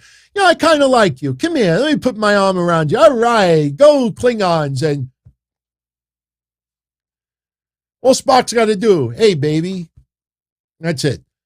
Saturday Night Live, they did spoofs of Mr. Spock where he went up to someone and went like this. And wouldn't do anything. The mind meld. No, that's not the mind meld. The mind meld would just read the mind. Trust me. I guarantee you, if Mr. Spock, could you imagine if Mr. Spock put the mind meld on Joey Ryan? Especially when he was in his days that he wanted to be hugged. I could picture Mr. Spock doing the mind meld, and he's got his hand over Joey Ryan's head, and he's reading Joey Ryan's mind, and then Mr. Spock out of nowhere. What are you, nuts? What do you want to do to Uhura? You son of a bitch? You fucking predator? I could picture Mr. Spock doing that. I want Mr. Spock doing the mind meld on Joey Ryan. That hurt. This is what I meant about earlier about just having fun. We're talking stupid shit, but we're almost done with the show anyway. So the Vulcan Death Grip. That's what it is. The Vulcan Death Grip.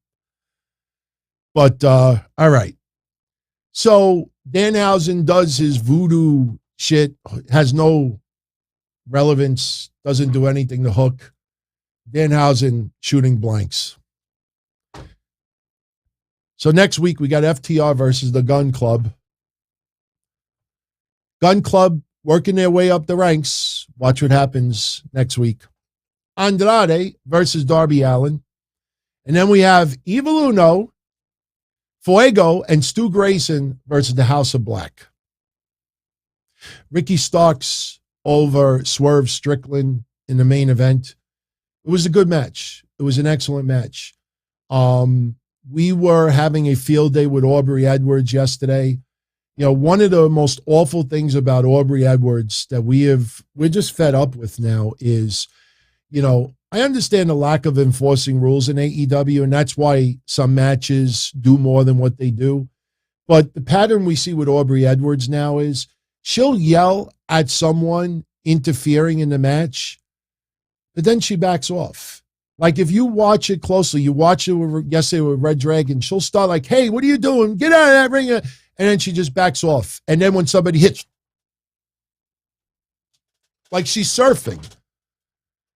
And it just loses it. That's why you will never, ever see any of those AEW referees, especially Aubrey. You will never see Aubrey Edwards in WWE. They know whoever fucking trained her to act like she was on like some Nintendo Wii game or something, like surfing, she's taking the bumps better than the wrestlers. Somebody punches someone in the face, she's like, and then because a heel wins, she's angry. She's upset because the heel won. And she's looking at them, you cocksucker for cheating. Awful. So we get interference from Hobbs. Little distraction on Swerve Strickland. This was even worse yesterday. We had two guys holding this big sign for Ricky Starks because it was in his second hometown in Dallas, Texas, whatever it was yesterday, in Texas.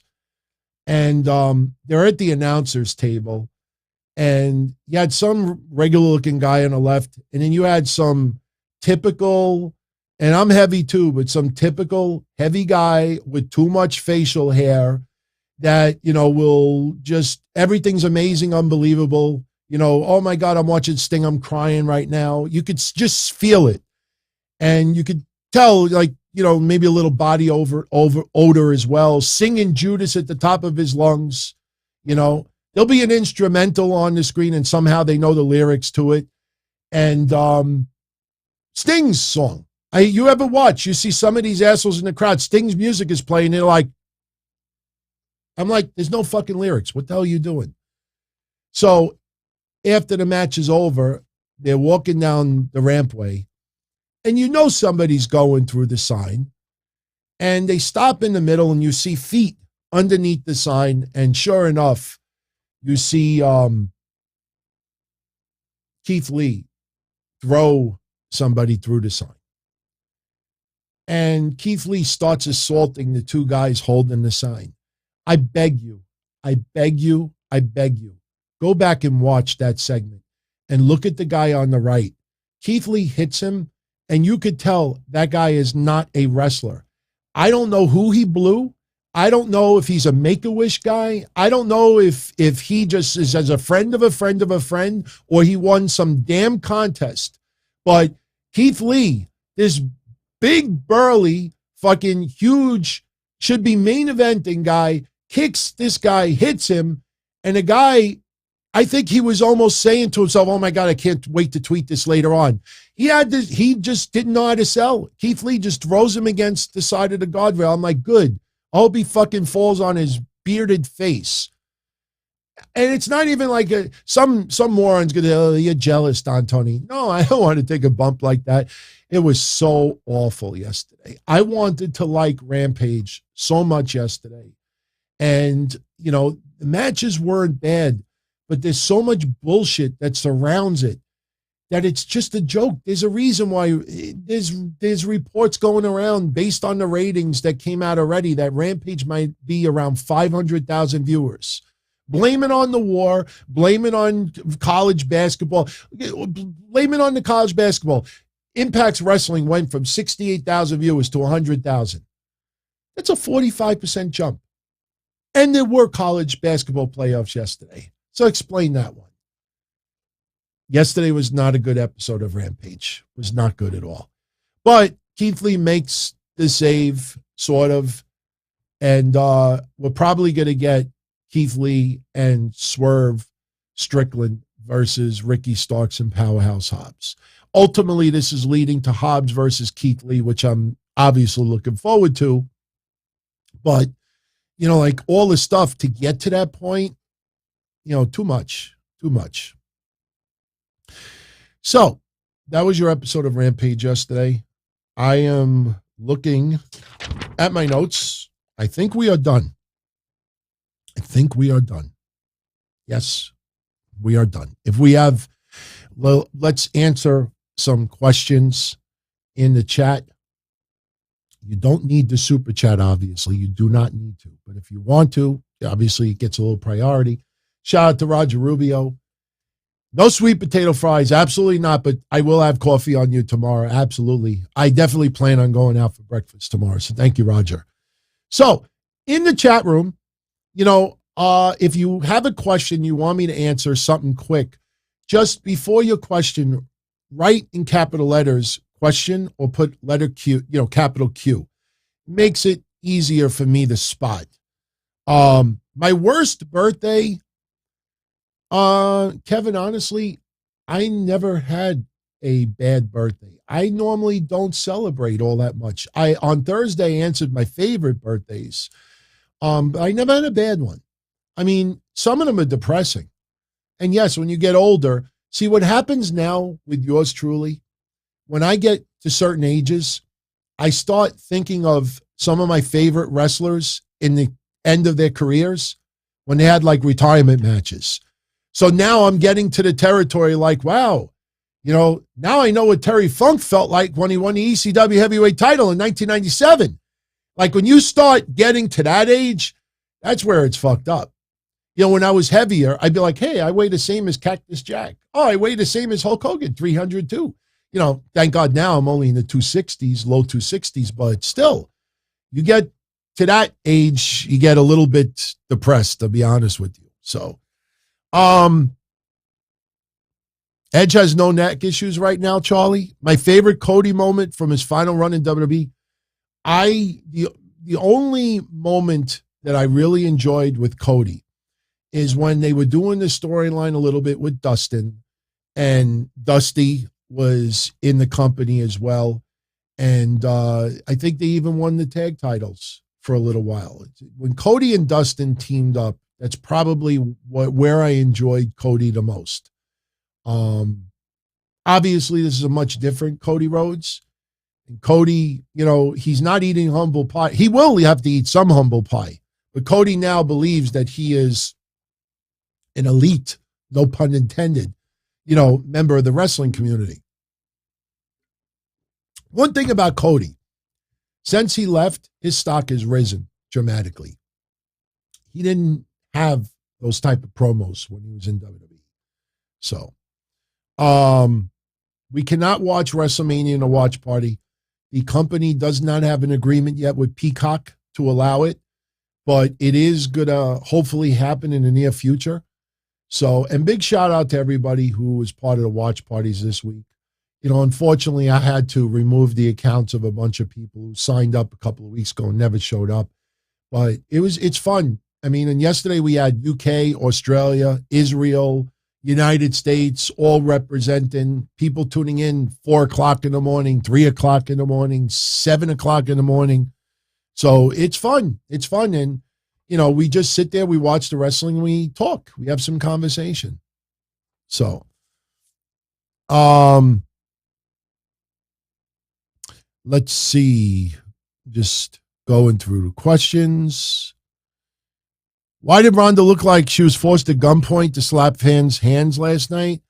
She's not forced to. She's encouraged. I think Ronda Rousey just feels awkward out there. She's getting paid a lot. She does enjoy wrestling. She's not thrilled at the reaction online by fans. She gets a nice pop live in attendance.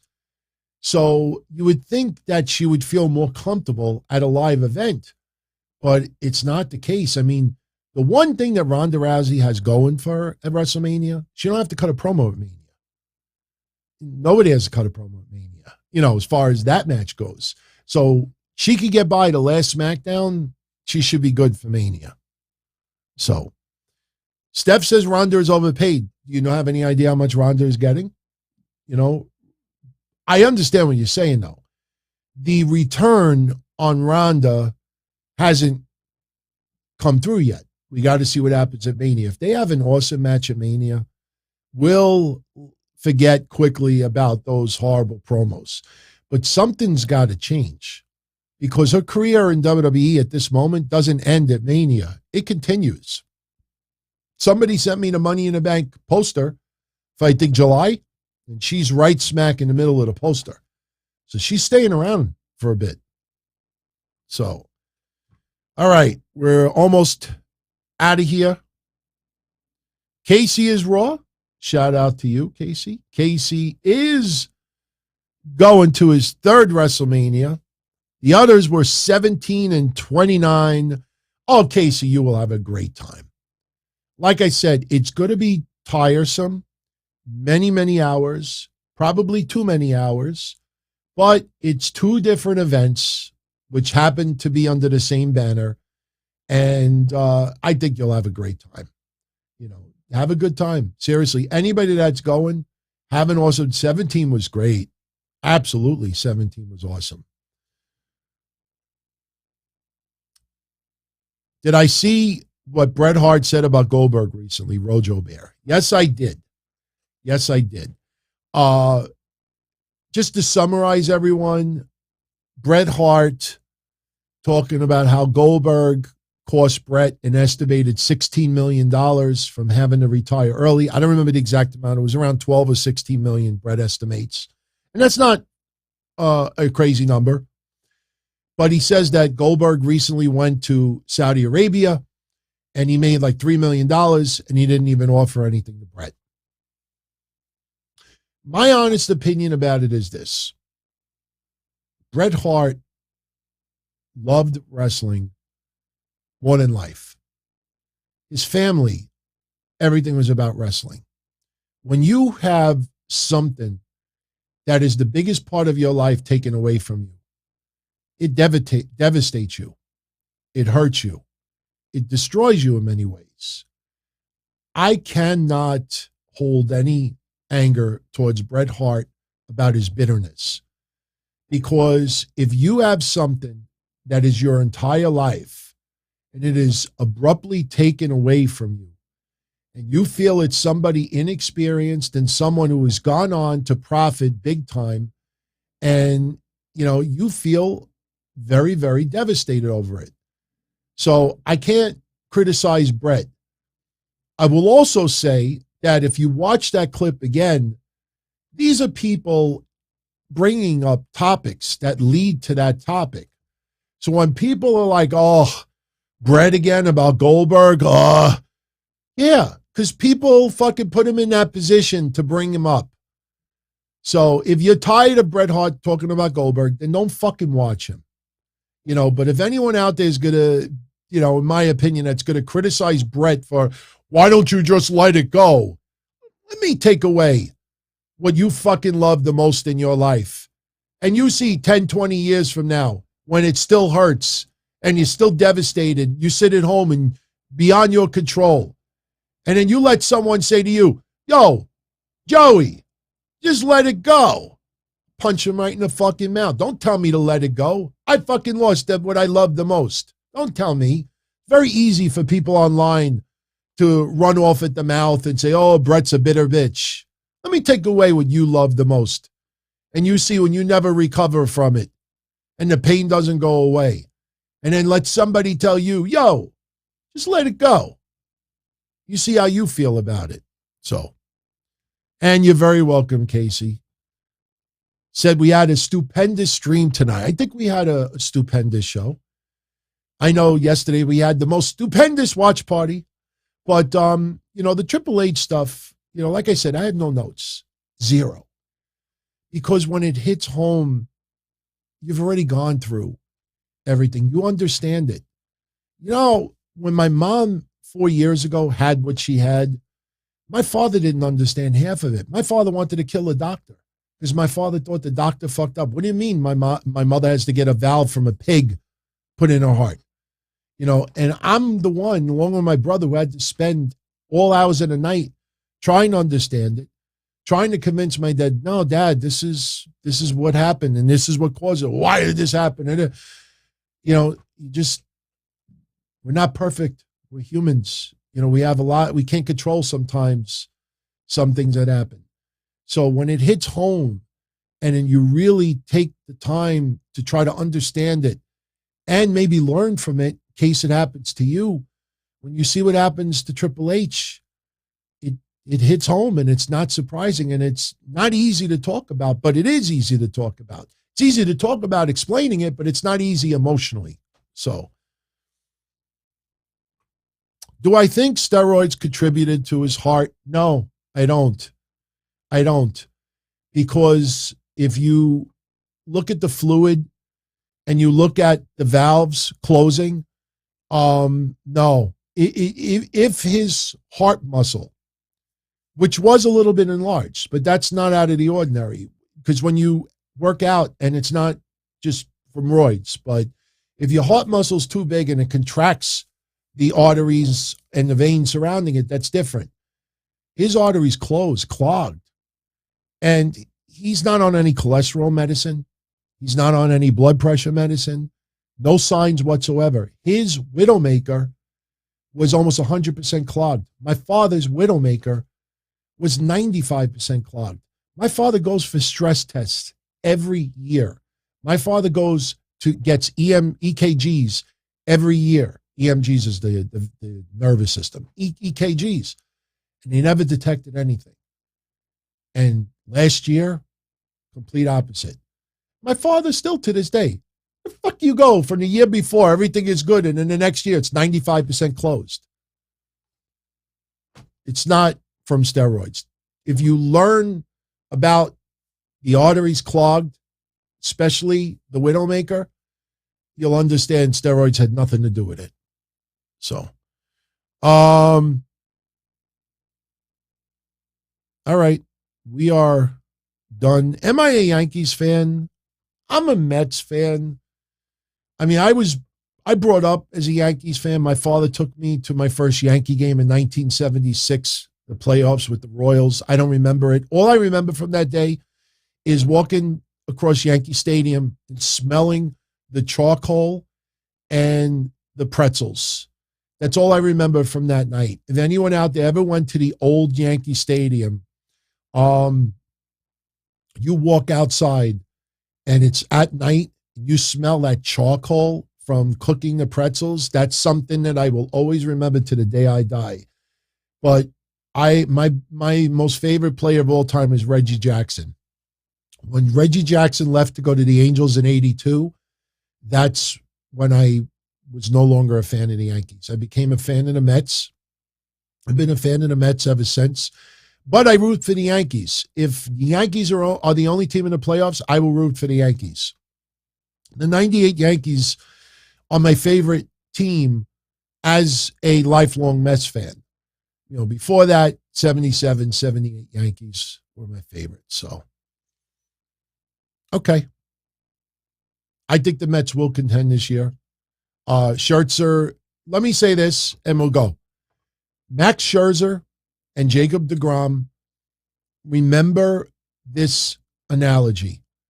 You will hear it thousands of times during the year, not just from New York fans. You will see people comparing Max Scherzer and Jacob deGrom to Curt Schilling and Randy Johnson, Diamondbacks 2001.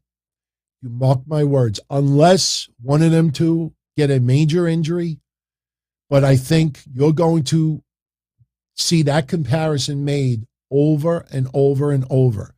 And Schilling and Randy Johnson were the reason why the Diamondbacks won the 2001 World Series. No question. Yankees came close, but the Diamondbacks ended up winning. Now, if anybody remembers my hotline days, I went to 2 of those games. And Jesus Christ, to see, you know, those home runs against that, what was that name of that Japanese pitcher, Kim? Oh, my God. It's insane. I came home, did my hotline one of those nights. I was like, holy fucking shit.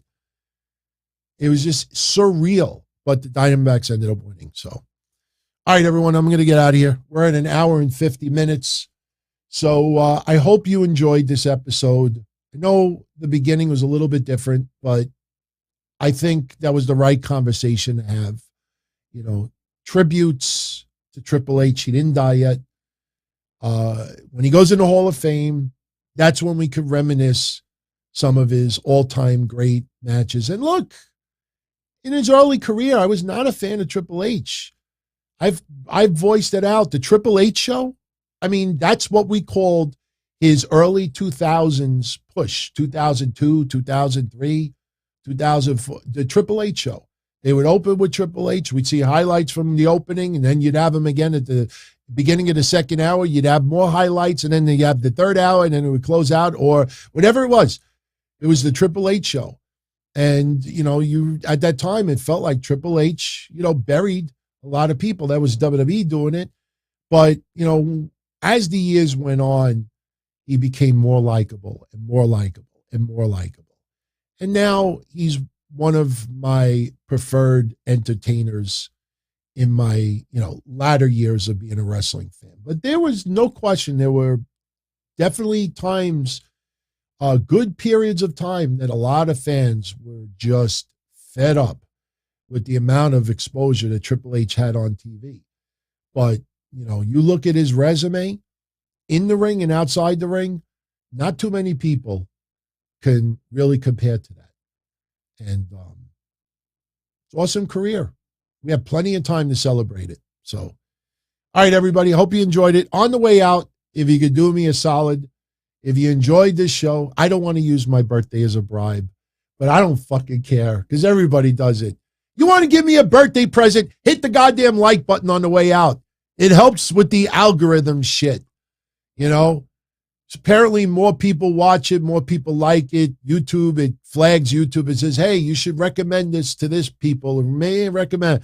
So hit that like button before you leave. And don't forget, tomorrow night, if you have any additional questions that you want me to answer, that's what tomorrow night is all about.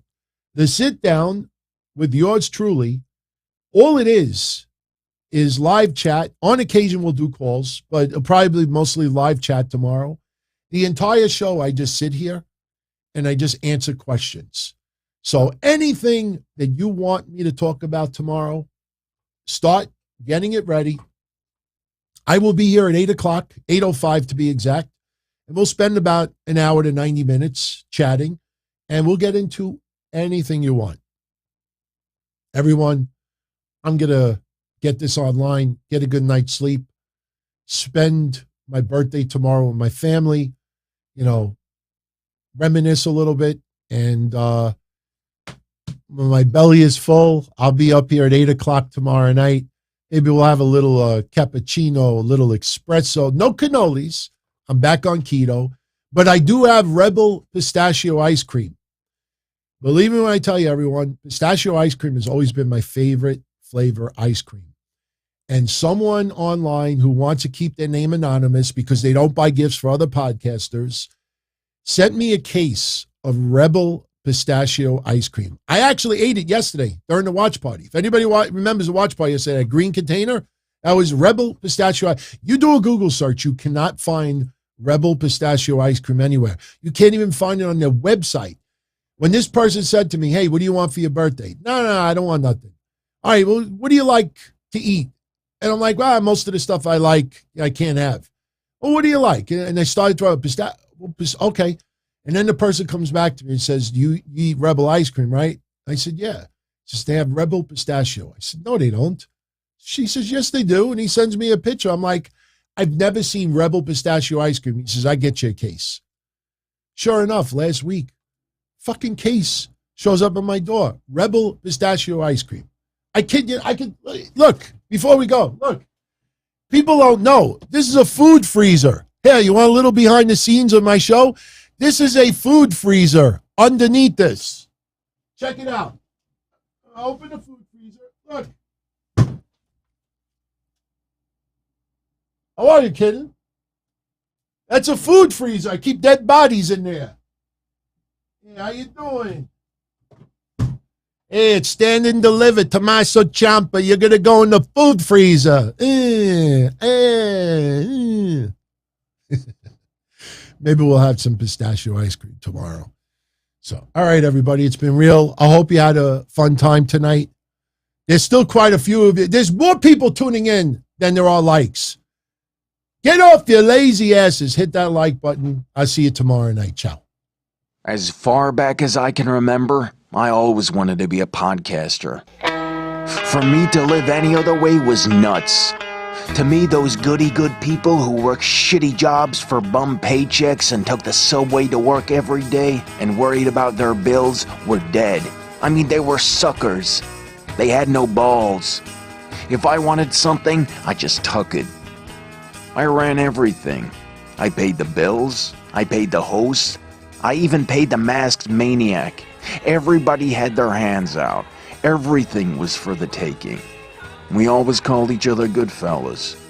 You would always hear from somebody. You're gonna like Don Tony. He's all right. He's a good fella. He's one of us. But if you're part of my crew, nobody ever tells you they're gonna get rid of you. It doesn't happen that way. There weren't any arguments or curses like in the movies. See, your haters come with smiles. They come as your friends, the people who've claimed they care the most for your life. And now that's all over. And that's the best part. Today everything is different. There's lots of action. I don't have to wait around for everything like everyone else. Oh, I didn't get the vaccine? Fuck you, vaccine me. Oh, your delivery guy has COVID? Fuck you, feed me. Right after I moved here, I ordered egg noodles and ketchup, and I got spaghetti with meat sauce. I'm no longer an average nobody, while they get to live the rest of their lives like a bunch of schnooks.